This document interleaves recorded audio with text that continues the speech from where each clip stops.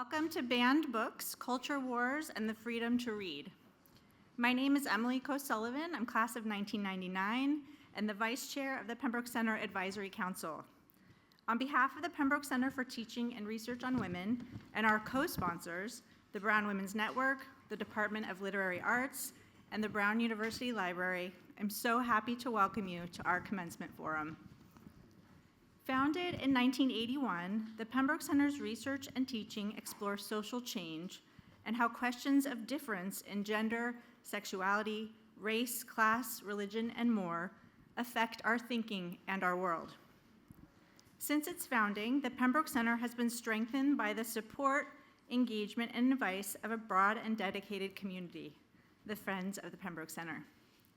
The Friends are alumni, parents, and friends who support the mission of the center, and their work has helped the center impact students, scholars, members of the public, researchers, both here at Brown and beyond campus.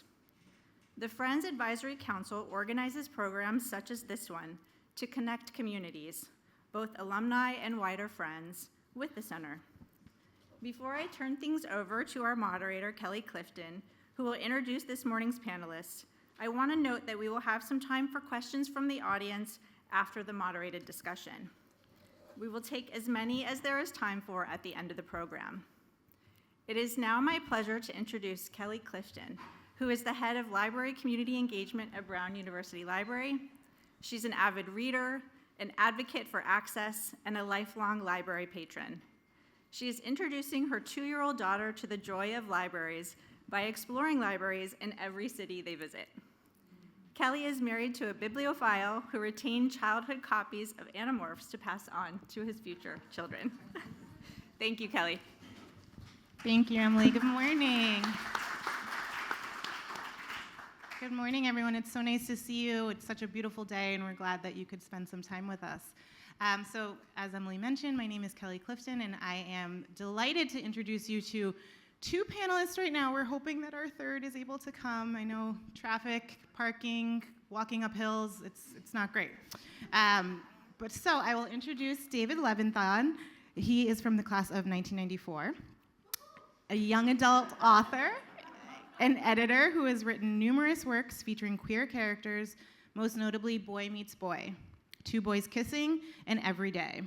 7 of Levithan's books have won or been finalists for the Lambda Literary Award for Children's and Young Adult Literature, making him the most celebrated author in the category. And in 2016, he won the American Library Association's Margaret A. Edwards Award for contributing to young adult literature. In January of this year, he and 6 other authors launched Authors Against Banned Books, an organization devoted to the fight for the freedom to read, and he's going to tell us more about that later on today. Welcome, David. Thank you.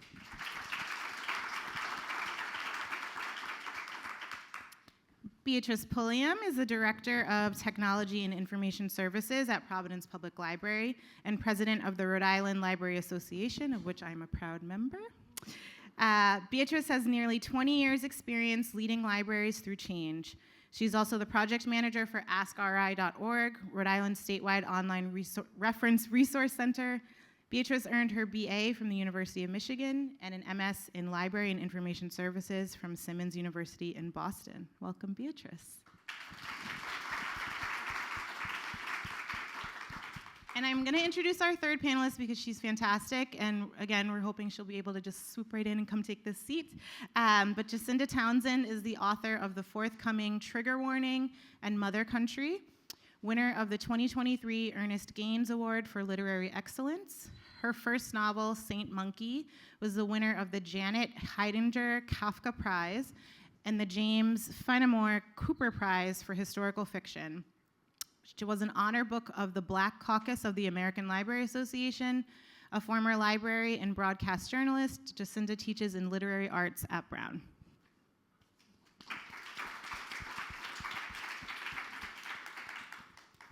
Okay, so before we dive into the panel, as a collective, we thought it would be helpful to just offer some additional context regarding book banning.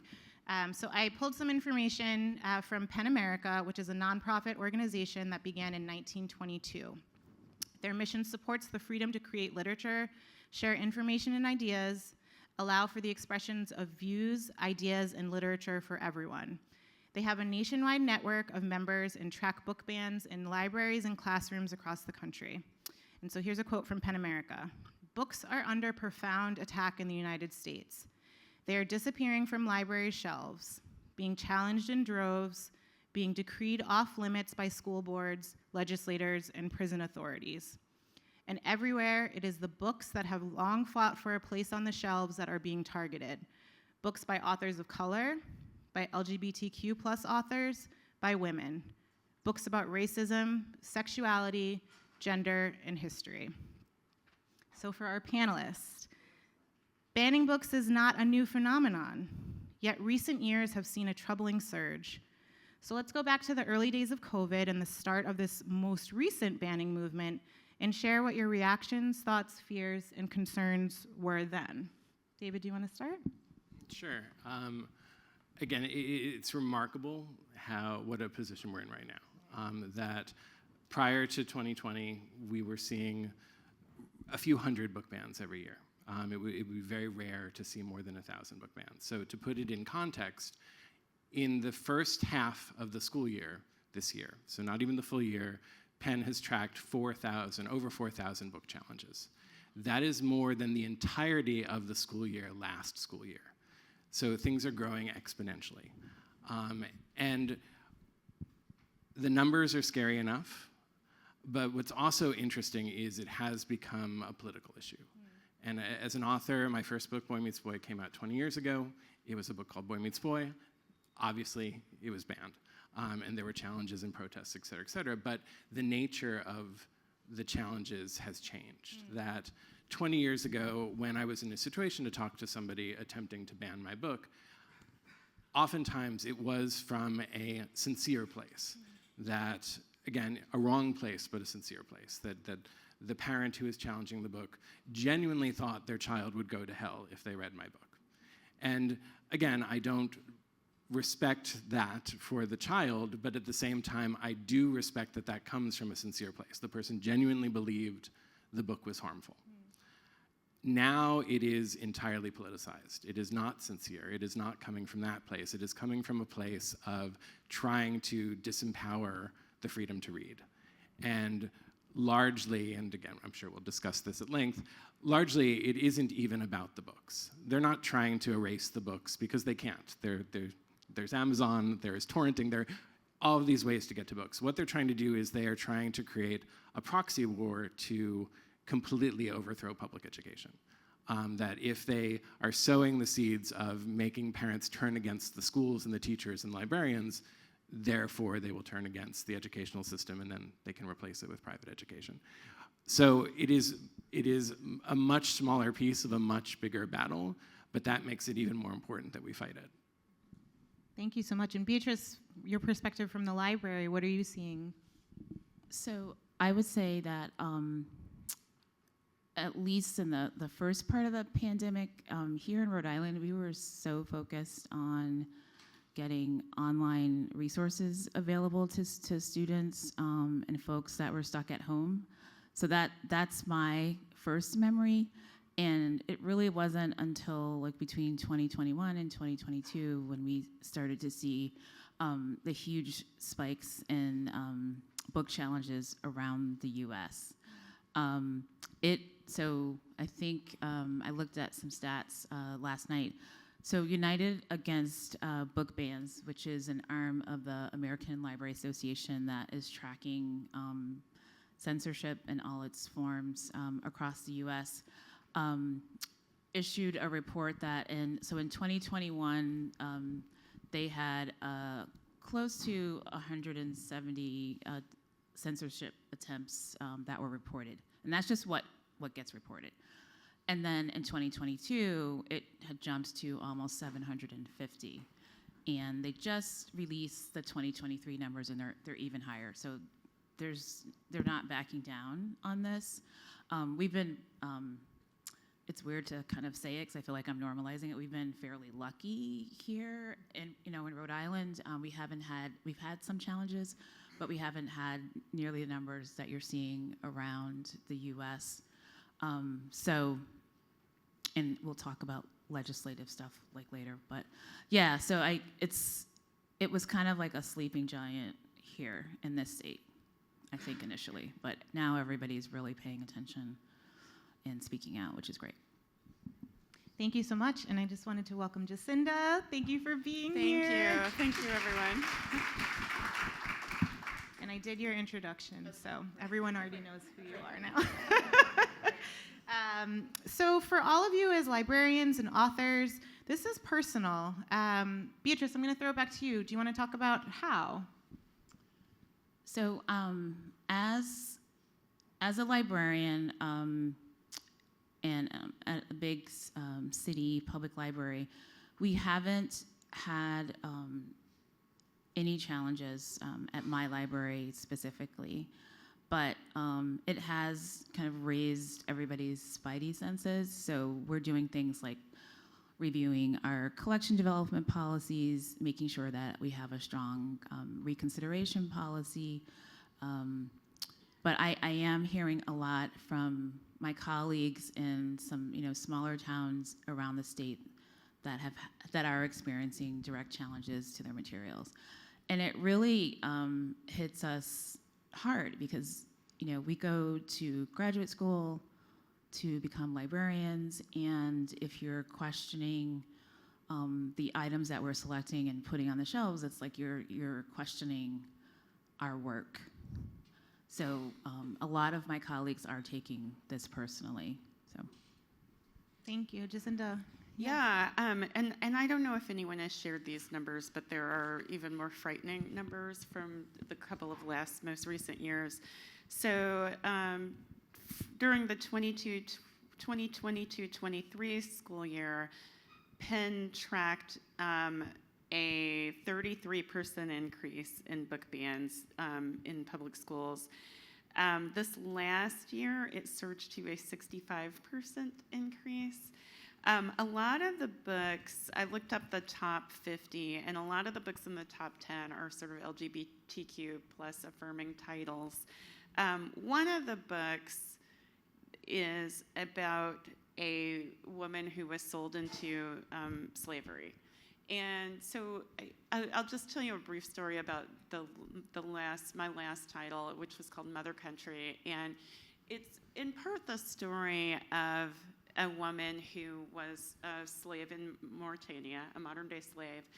And when I started writing it, I had taken this trip to Mauritania, and I was hosted by anti-slavery activists there. I met up with a family of slaves, escaped slaves. This woman had escaped slavery in the middle of the Sahara Desert. She gave birth on her way out of the desert to her 8th child. All these children they were all different colors because she'd been leased out by her master. And I said to her, through translation, I was like, what can I do? What can I do? And she said, just tell my story. Just tell my story. And so, it's like there's a big part of this that we can talk about that's about sort of repressing the titles because people have political objections to them, right? But then there's the part of it that's also sort of repressing political action around these titles. And so that's quite personal to me because it was really important for me to tell that story, So, yeah. Thank you for sharing that. David? Yeah, and again, every time I hearken back to when I started, I feel like I'm Methuselah being like, back in the days when I started. But again, other authors and I have said we're nostalgic because when we started off, when books were banned, a lot of the times it was because of the use of the F word. And we're like, isn't that quaint now? Because but when you were attacked for that, I don't feel that that's part of my identity. I use it a lot, but I don't feel that the use of the F word is part of my identity. I was being attacked for the language I used. But then it did shift, and now it is directly attacking who you are. And more importantly, it is directly attacking, for me, the teenagers I am writing for. That they're trying to send a message to trans teenagers, to black teenagers, to queer teenagers, that their stories are lesser, are controversial, are for mature audiences, so they shouldn't be dealing with their identity until they turn 18. They're not appropriate for an elementary school library. They're sending all of these messages by attacking the books, and they are very personal messages that they're sending. And again, this is a twofold, you get a twofold reaction to it, and there's a con and a pro here. The con is, of course, nobody likes being attacked. And all this hostility that was once sort of subterfuge or subtext now is the context. They are outright saying there should be no queer books in any library in our state. However, the pro is that nobody is taking this lying down. There is a absolute pushback against this, where we're seeing a lot of people defending the books and defending the kids and the identity and saying, no, you are not doing, this is not what my community is about. And so it is an equal battle. And in fact, the mass majority of Americans are against book bans. So it's an unequal battle. It is a minority that's very vocal that is causing tension with the majority that actually wants these books to be on the shelves. Thank you for that. And, Jacinda, I thought you're just having someone tell you, please tell my story, and how important that is. And David, your interaction with the youth that you are writing books for, what do you tell them? What do they say to you when they feel like their stories are being taken away or not represented or shamed? I mean, the good thing is, the conversation usually goes them looking at me and going, this shit is crazy, and me looking at them being like, this shit is crazy. Like, they're not internalizing it. They know that this is wrong, and this is some people who don't know them, who don't know anything about their lives, trying to control their lives. And they're pushing back against it. Again, in the greater scheme of many other attempts to control lives. So I think that they are finding affirmation in fighting against this. And again, being like, oh, well, here are the people who are saying that I shouldn't exist.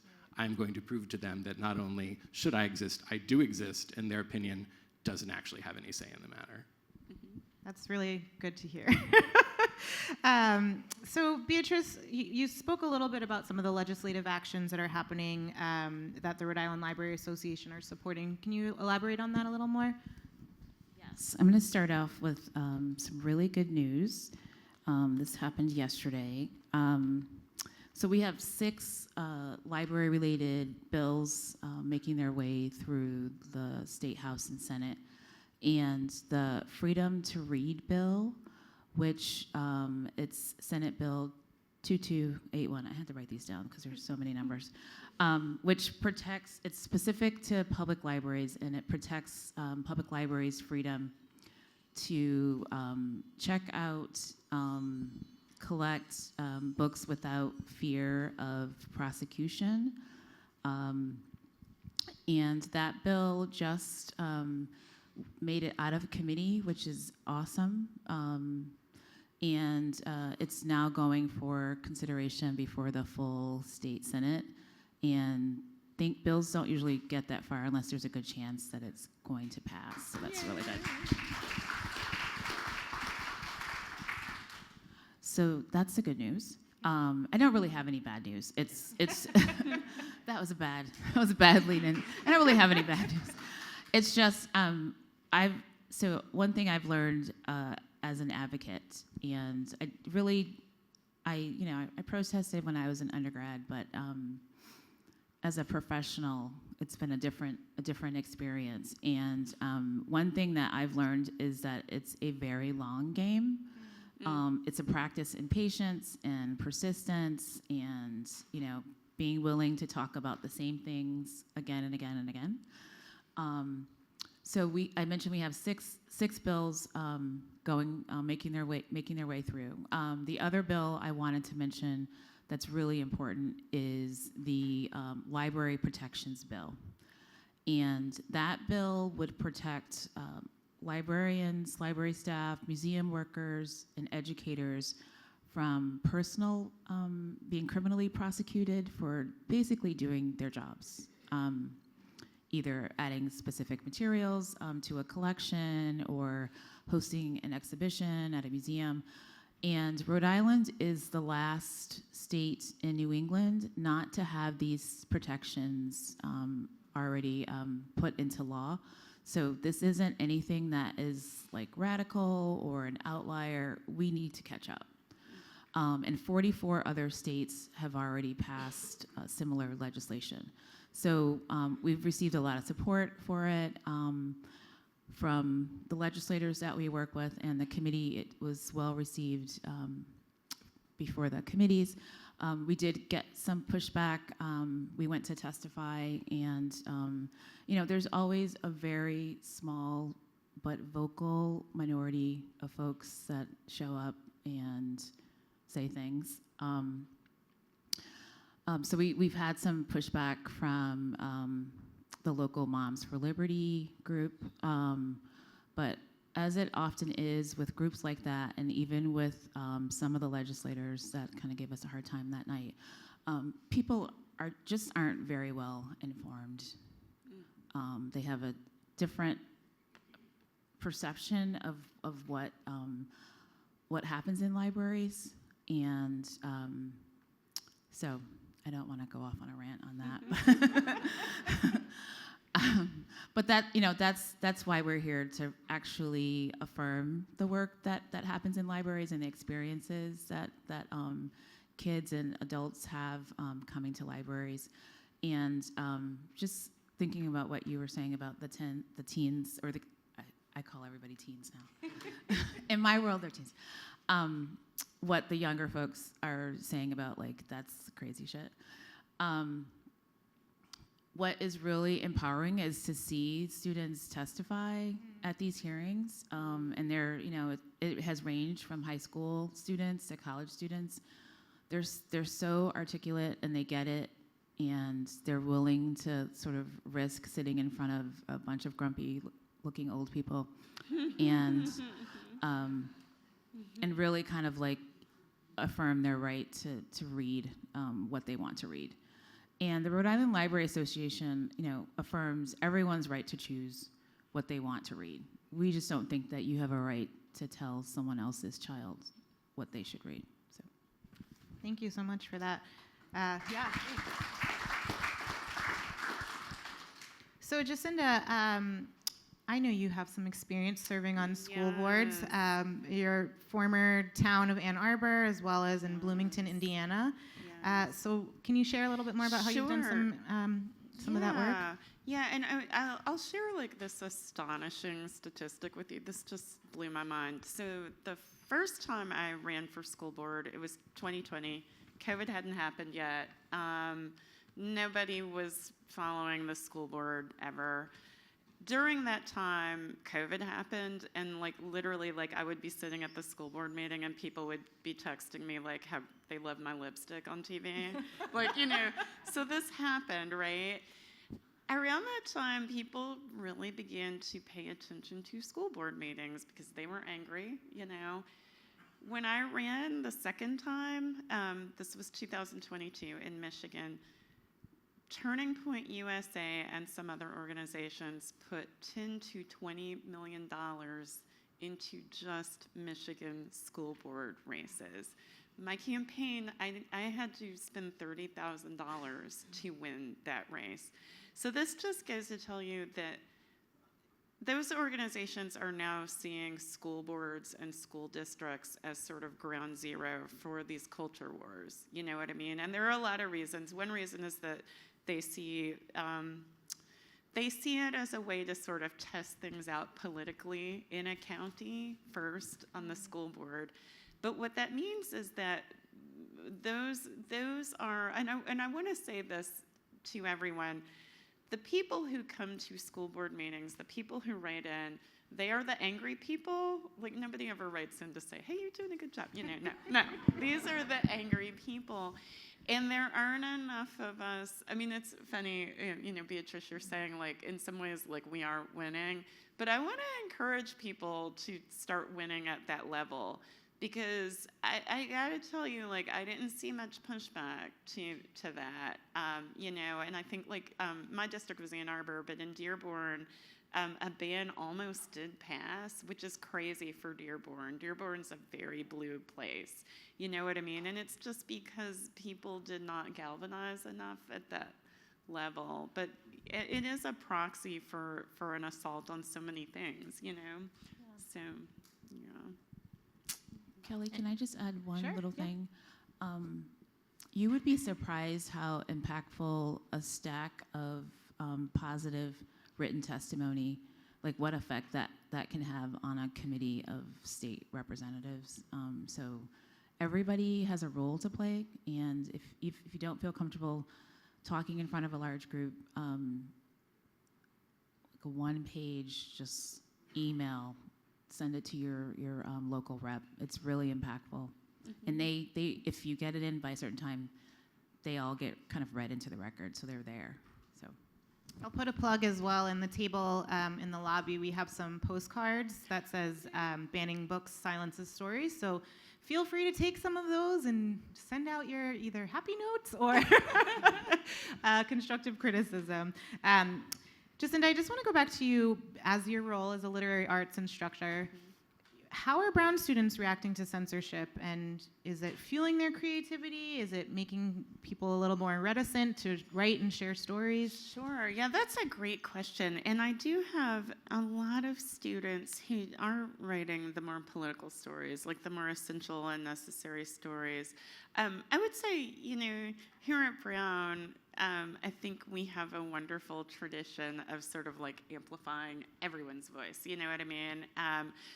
But I do find that there's a lot more trigger warning note in the thing, which I think my students are going to write the thing anyway, but I find it a little sad that they feel the need to now sort of qualify what they're writing with this thing of like, there is sexual content, there is violence, you know what I mean? Because, and I think it may be sort of this young people's cultural response to all this censorship, unfortunately. But they are writing it anyway, so that's the good news, you know. That is good news. Thank you. So, David, your iconic books have spoken to generations of readers, and you know, we talked about this a little bit, but I want to know what message you have for current and aspiring authors sharing LGBTQIA+ stories. I mean, I think it is, we have to fight the potential chilling effect. I mean, again, in classrooms, and I talk to authors all the time who are scared because a lot of books, especially in the children's and teen space, you do need them to go into libraries, you do need them to go into schools. Like, that is a lifeblood for what we do. And I think people are very warily looking at sort of the atmosphere now and saying, will it balance out? Will the people who are fighting for the freedom to read sort of support these books to compensate for the people who are pulling them out? And so far, the answer is yes. So I think it is just saying, yeah, keep going, keep writing. But I also think there is, right now, an extraordinary strength in numbers, which is a game changer. I mean, insofar as when I started, I always tell the story that in 2003, another queer YA author, before my book came out, we had a conversation. He said, well, welcome to the Queer YA Lit Club. There are now 8 of us. And I was like, great. And he wasn't that far off. Now, usually there are about 8 queer YAs that come out every week. In June, probably 80 that come out every week. But if you look at the Penn statistics, they haven't finished analyzing the latest round. But so if you go back to the other round, they found that it was 2,500 books had been challenged, and 40% of them had LGBTQIA+ representation. I'm not good at math, but I can do 40% of 2,500. That's 1,000 books. And what I take from that is, A, publishers are doing their job. We are getting these voices out there. There is no hesitation to have books talking about our identity, obviously. But secondly, that there is no way to erase us. When there are only 8 books, when there are only 20 books, it is very easy to contain a body of literature or an identity within the literature. When there's 1,000 or 2,500 or 4,000, it is impossible to contain.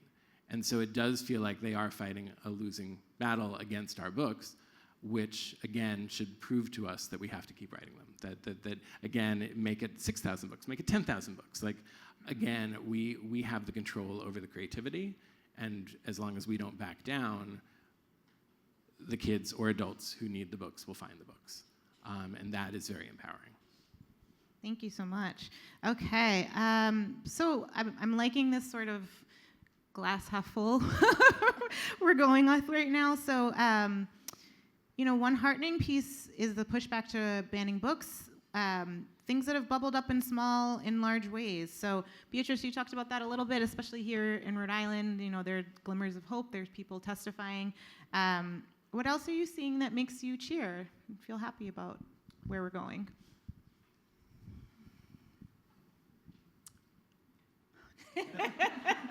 Is there anything? No, there is. So what's giving me hope?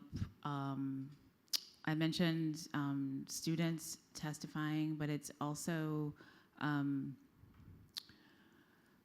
libraries are resilient, librarians are resilient, and we're highly adaptive. So anything that comes our way, we're gonna flex and figure it out. So that gives me hope that no matter how oppressive things can seem at time, we're really about making things happen. Libraries are not a place that you go to and hear the word no very often. We're always open to figuring out ways to make things happen. So I think if for me, as somebody that is, kind of past the middle of my career as a librarian, if I can get the younger professionals that are coming into librarianship to get involved now, then there won't be as much of a chilling effect that has sometimes worried me, because people are afraid to get involved, and everybody has a part to play, and it's something that you kind of learn as you go, and I think mentoring and coaching is very important. So, thank you, Jacinda. What about you? Banned Books Week and panels like this one, and particularly there are so many events now around Banned Books Week that are sort of bringing in older titles that were banned, and so we're rediscovering, and I love to talk to groups about, like, why was this banned? Like, how powerful is this, And so, and I don't know if everyone would agree, but I think in some ways these books are finding a new readership, and in fact I think new books are also finding their community because of the attack on them, and so we're all recognizing, like, no, we need to rally behind these titles, and this is why they're powerful, and that makes me hopeful. Yeah, thank you for that. Part of my work here at Brown and in the library, I work with local high school librarians at Providence Public School District, and every librarian during Banned Books Week had a display, and the books ranged from Toni Morrison, which I don't know how many high school students are reading Toni Morrison these days, to more current titles, and so it's kind of a unifier. I think of it as a little bit of a badge of honor. Yes. You're in a club of people who are speaking their truth, so it's really nice to see that being celebrated, and I think more people learning about it, especially from the youth, is really important. Mm-hmm. David, what about you? Very good. Knocking some serious wood. So far, the legal challenges we have made to these laws have been going in the right direction. I'm one of the author plaintiffs in a case in Florida where we're suing a school board that pulled lots of queer and BIPOC books from the shelves, and so far the school board has thrown everything at us to try to get the case dismissed. We are going forward. So that is good, and we've seen in Iowa and Texas when these laws have been challenged, again, so far the courts, and sometimes with incredibly conservative judges, have said that the freedom to read is a freedom that has to be upheld. And so I'm hoping that as these laws get more and more challenged, that is a backstop for us.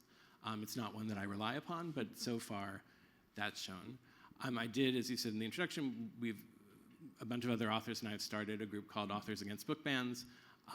We now have over 1,500 members and covering all 50 states, and we are trying to create an infrastructure to battle the other people who are against us. I mean, unlike Moms for Liberty, where usually they are not moms of children in that district, and they certainly aren't for liberty, Authors Against Book Bans, we are in fact all authors, and we are in fact all against book bans. So we at least have truth on our side a little more. But it's been good to organize and to really try to strategically sort of be aware of what's going on. And that's the last thing. I do think one of the reasons this happened to us is we were asleep at the wheel. I mean, and again, in fairness to us, it was COVID, there was a lot of other things going on, and a lot of other injustices to fight. But again, I cannot, if there's one takeaway you take from this, it is the importance of voting in school board and local elections. That in America right now, the average is, I believe, 17% of Americans vote in local elections. I believe it is closer to 10% for school board elections. That is how a small group can get a lot of power, is if the rest of us don't pay attention. And if we think, oh, we don't have kids in the schools, we shouldn't vote in the school board election. No, this is about your community and what your community standards are. So I think we are more aware of that now. And I like to think that we are not going to be caught asleep at the wheel again for this. Thank you so much. So we're going to start to transition and allow folks, if you have any questions, we've got 2 mics on either side of the aisle, and please feel free to make your way up here and ask a question to one of our panelists. So I think we kind of covered everything that we wanted to in terms of the next steps and outreach that folks can do here. Does anyone have any sort of last pieces of wisdom they want to pass along? I don't know if it's wisdom, but Oh. I seem to always have something to say. So every state has a Center for the Book. And here in Rhode Island, our Center for the Book, so that they usually have, they have a youth poetry ambassador program, and they also manage a statewide read. So here in Rhode Island, we have a Center for the Book, and they also have their own United Against Book Bans advocacy group, and so that's another point of entry. They're usually really friendly people, and it's they kind of galvanize the backup teams to send an email, where it needs to be sent to show your support for a particular piece of legislation. So that's Thank you for that. So we'll go to our first question right here. Yeah, I don't mean to stir the pot here, but there's another kind of banning that I'm concerned about, and that is the books that we always took as classics, like Tom Sawyer and Huck Finn, that are eliminated or being revised, and many, I just don't know what you think in the nature of book banning. How does that fit in the picture? Because it's quite different from what we discussed thus far. I mean, I think to be against book bans is to be against all book bans. That you have to say that all books we should have access to. And so I think when we're talking about older books that have not aged particularly well or have a different opinion than one that we want to be broadcasting right now, that doesn't mean erasing the book at all. It means contextualizing it. That pulling a book off the shelf is never, ever, ever the right remedy. That you have to absolutely keep the books on the shelves, but again, make sure that if you're teaching them, teach them in the context. But absolutely let the original text be there to be read. And that is a conversation we have a lot in Authors Against Book Bans. So we basically tell people that to be in this fight, you have to be in it for everything. You have to be in it. If Ann Coulter's book is being banned, you have to be defending that as well as Toni Morrison. Because, again, the whole point is that everything should be available to everyone, and then you get the freedom to read, to choose whatever you want, and have conversations about it. And I think that is sort of the ideology that we're approaching it with. But I will say what is astonishing right now is that it is so one-sided. It used to be that if you looked at the banned books list, it was sort of both. But right now, because it has been so politicized by one side, the mass majority is attacking a certain more modern book. and it isn't as much those conversations. But again, when those conversations happen, we have to defend those books. Hi. I currently live in Texas, where groups like Moms for Liberty are checking out books. One of the tactics they're using is checking out books and not returning them or disposing of them to effectively achieve censorship by removing them from circulation. So I've wondered, this is a question for you, Beatrice, I've wondered what head librarians are doing, like how does that affect your budget? What do you do you rebuy all those books? Do you then are unable to buy new books, or how do you address that? I can't think of any specific titles, but it has happened at my library, and we replace the books.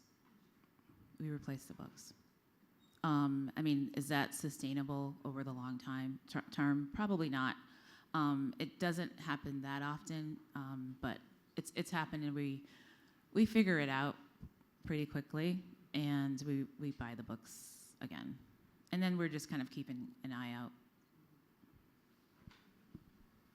Hi, thank you. I had a similar question to the gentleman before me. I am a school librarian and at a pretty liberal school, and there's conversation about to what extent you can separate the artist from the work, specifically in the context of Dr. Seuss. And so knowing that he, during World War II, had a lot of problematic depictions of different races. So can you curious on your thoughts, can a librarian or a school remove those few books where it's a very visual offense and then leave other works of his, for example, on the shelf? So again, to what extent separate the artist from the work? Thanks. I would think that would depend on the rules in your district, like what your collection development policy and reconsideration policies allow for. We've had issues of people stealing books like that to try to sell them. I mean, that happens too. But I think it depends on the local collection development policy. So that would be something that you would probably want to discuss with your colleagues. I agree with David. We would contextualize, and maybe that's a little bit more challenging, like at an elementary school, to put the time into doing that. But I think that it needs to be a local decision. I want to talk about collection policies and just sort of allow some education to happen. So when the Providence Public Library selects books, what's the policy? Well, it's several pages. As any good policy, it's several pages. So I have a team of selectors, so other librarians, and everybody has a specific subject area and a budget, and they select what they think would be great to add to the collection, and we don't really have discussions about, should we take this off the shelf, except in the instance where I feel like it might have been a Dr. Seuss book. There was something that we know that it was probably stolen, and you eventually see those things for sale online, and sometimes you can kind of prosecute the people that do that, but a lot of times you can't. So it's a committee of folks that do that, and we trust our staff. They've been trained to select materials, so we trust them to do their work.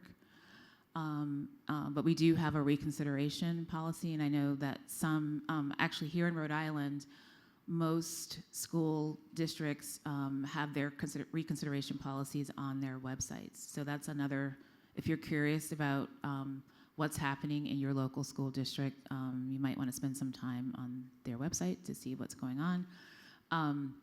But I know some libraries are really trying to ward people off of coming in with a whole list of materials that they probably haven't read.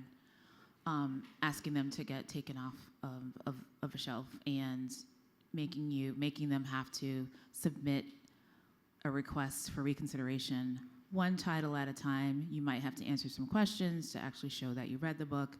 So we have ways of sort of slowing this down. That's really interesting. Thank you. Go ahead. Hi, thank you. So I'm from a small town in Rhode Island, and I'm on our town's Diversity, Equity, and Inclusion Committee. And a few years ago, we created, through the Little Free Library, we got the first Read in Color library, and that's in Rhode Island, actually. It's in Barrington, Rhode Island. And last summer, an organization, Brave Books, it is a for-profit organization, and so this question is more of the culture wars piece of this, and what would you do in this situation? Because our library, our public library, as you said before, kind of, they don't say no. We want to be open and it's a public space for people to come and learn and discuss. And so Brave Books, two people who brought the Brave Books to our library came, but they wrote an op-ed into our local paper and said that they felt like the library was trying to prevent them from coming because they couldn't find a date. And now there's back and forth in our community about, people who brought the Brave Books in to kind of say that the Diversity, Equity, and Inclusion Committee is kind of the enemy of the Brave Books. And it's like, we don't want to oppress their voices necessarily. There's dialogue that has to be, that's important. But it's also, what would you do as a library, as a community, when there is an organization like that is trying to kind of, oppress other voices and other people's identities. And can you clarify? Are you saying Brave? Brave. They're called. It's a Brave Books and are organization. Do they have their own book list? I think so. Yes. Okay. Yes. Was this the Kirk Cameron? Kirk Cameron Book Club. Yep. Yes. Okay. Yeah. So. Brave. Yeah. B-R-A-V. Yes. Yeah. Brave. Yes. So that's everybody's favorite P word, policy. So I'm assuming they wanted a meeting space. Yeah. I remember when that happened, and they were kind of, I think that was a kind of a hit job.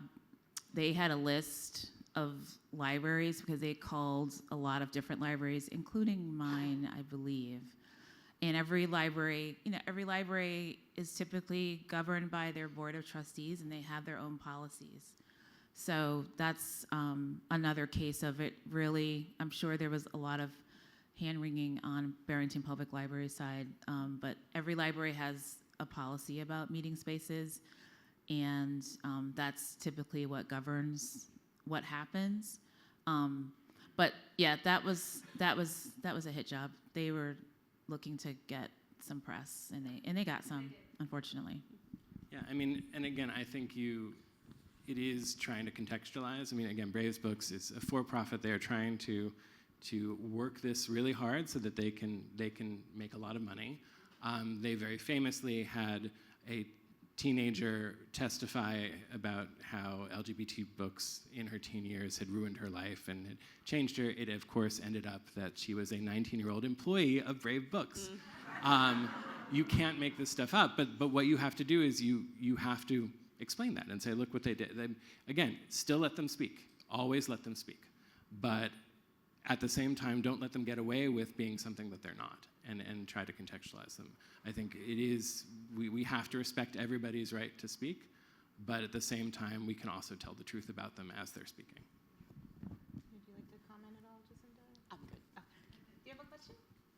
I do, yes. Just curious, there's different ways of consuming and distributing books now with audiobooks and Kindles. Is there any strategy in place to use these alternative ways of distributing books? If Banned Books picks up momentum, and can you use these distribution methods as a way to work around that? Absolutely. And here I tell you why I love the Brooklyn Public Library so much. The Brooklyn Public Library, when this was heating up, decided what they would do is they would allow any teenager in America to get a library card from the Brooklyn Public Library. So any kid anywhere with access to a computer could get a library card at Brooklyn Public Library and take out any book, whether it was banned in their community or not, from the Brooklyn Public Library. It was an amazing end run against censorship, acknowledging that for most kids, they are much more likely to access a book from their phone or their laptop or digital means than to actually walk to their local library. And that was hugely successful. And I think that, again, if these laws go into place, and if we are suddenly in a place where in some states it is restricted, we have a library in Iowa right now that is literally shutting down their children's section because the law is so dubious that they don't know whether they can actually have any books for children. But again, we have to do end runs. And that is what sort of the Network for Freedom to Read is doing, is finding ways to get books, especially to kids and teens, in areas where they don't. Because again, the access points, if it's not going to be the school or the library where it should be, we will create the other access points. Little Free Library is also really good about setting up little neighborhood libraries in areas where there are book challenges, because while people can censor what is in the public library, they can't censor what is in a little library that somebody puts in their front yard. So I do think there are lots of ways. Again, this would be a much, much, much scarier fight if this was 1975. I mean, because they're using the 1975 playbook right now, but the reality is it's not 1975, and there are plenty of ways for us to get our stories out. I am one of many authors that if push came to shove, I would happily post a PDF on my website of my book and for people to read if it became so contentious. I don't think it will come to that. I hope it doesn't come to that. Authors do need to make a living, but I do think that there are plenty of ways for teenagers and kids, especially kids who are having their identities attacked, to know that they are valuable and to know that their stories are there for them, even if their local library can't have them. Here in Rhode Island, ebook circulation is off the charts. The demand is so high that the wait time is longer than we would like, and I don't see that changing anytime soon. But one thing I wanted to mention is that pricing for ebooks for libraries is not fair. Right now, we pay several times the cost that you would pay as an individual to get an ebook from the Kindle store. So we're working on a bill that's making its way through the House and Senate right now to require better and more fair pricing for ebooks, because that's not sustainable for public libraries. I mean, it's great that Brooklyn that's like the mecca of libraries, public libraries, but there's a real cost to that, and so that's one of those long haul things that we'll be working on for a while, because as soon as you say copyright, people get really scared. So, yeah. Last question.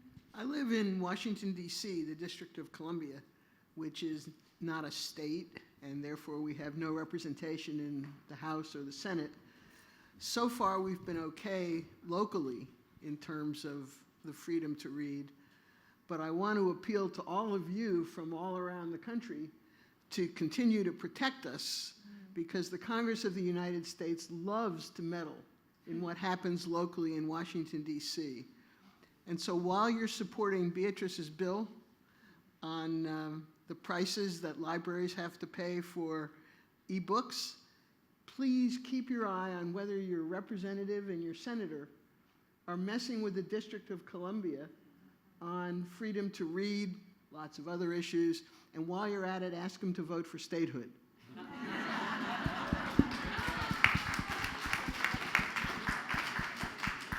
Just piggybacking on that, I think we haven't mentioned yet that Representative Presley from Massachusetts has introduced a bill, or is working on a bill for freedom to read nationally. Again, right now with the makeup of Congress, it does not have a good chance of passing, but legislatively, there are people who are working to try to enshrine these local laws on a national level.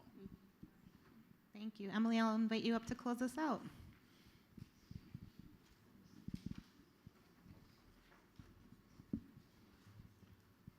Thank you, everyone. On behalf of the Pembroke Center, the Center's Advisory Council, and our Programs Committee, tremendous thanks to Kelly Clifton, David Levithan, Jacinda Townsend, and Beatrice Pulliam. Thank you to everyone for taking the time to attend this commencement forum. I hope you all enjoy the rest of this weekend. It's beautiful outside, and we hope to see you again at a future Friends of the Pembroke Center event. Thank you.